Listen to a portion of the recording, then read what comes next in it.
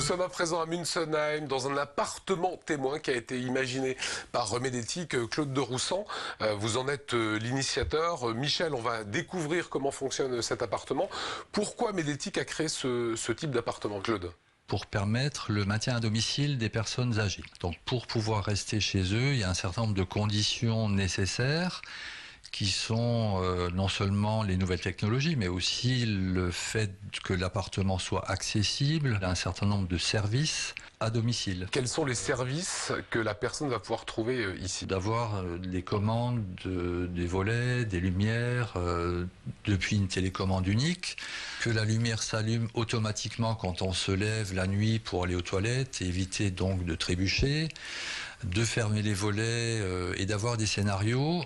Je me couche, je me lève, je quitte mon logement, qui automatise toutes les fonctions qui sont reliées au tableau électrique. Alors Michel, je voudrais que vous nous expliquiez comment marche cet écran qui permet en fait de contrôler une bonne partie de ce qu'on a besoin dans un appartement.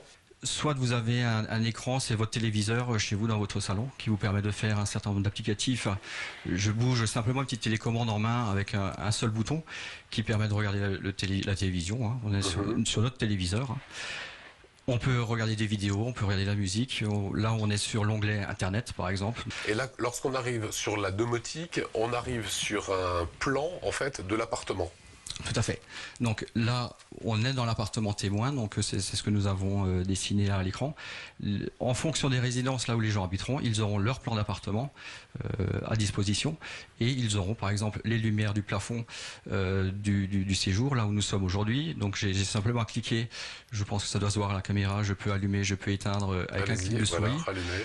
D'accord. Voilà, ça a dû se voir. Je peux faire pareil à la cuisine, je peux monter, je peux descendre mes volets. Alors faites-le pour qu'on découvre. Je vous le fais fonctionner. D'accord, on voit que ça marche. Du moins, on l'entend au bruit du moteur du volet dans la chambre. Je le rouvre et je peux le stopper au milieu.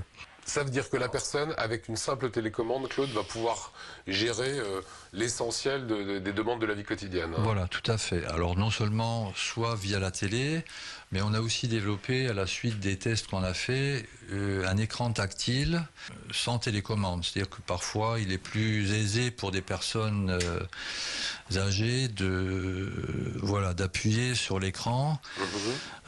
Voilà un écran qui permet de suivre la consommation d'énergie, qui peut aussi suivre la consommation d'eau, ce qui fait qu'on peut aussi faire du télérelevage.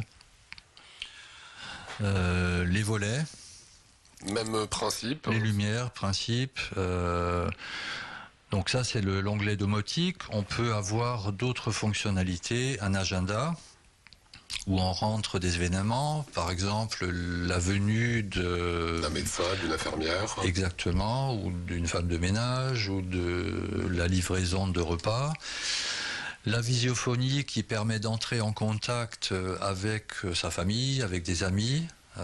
Donc le principe Skype à la télévision. Mais adapté avec une interface tactile, des photos des proches. C'est pas cet écran-là qui va primer, parce que c'est intuitif, on appuie avec le doigt et c'est simple, alors que là on est déjà avec une sorte de souris, même si c'est une télécommande.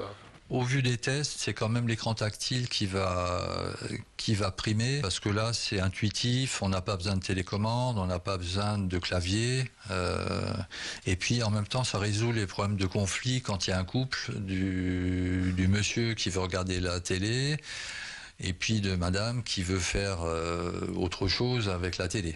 Combien ça coûte tout ce système-là ? Alors, le fait d'installer tout cet équipement dans un logement neuf, entraîne un surcoût qu'on a évidemment travaillé d'environ 3 500 €. Le surcoût représente environ 2% du prix de la construction. Voilà, c'est le coup de chapeau qu'on voulait faire aujourd'hui sur Alsace. Merci messieurs.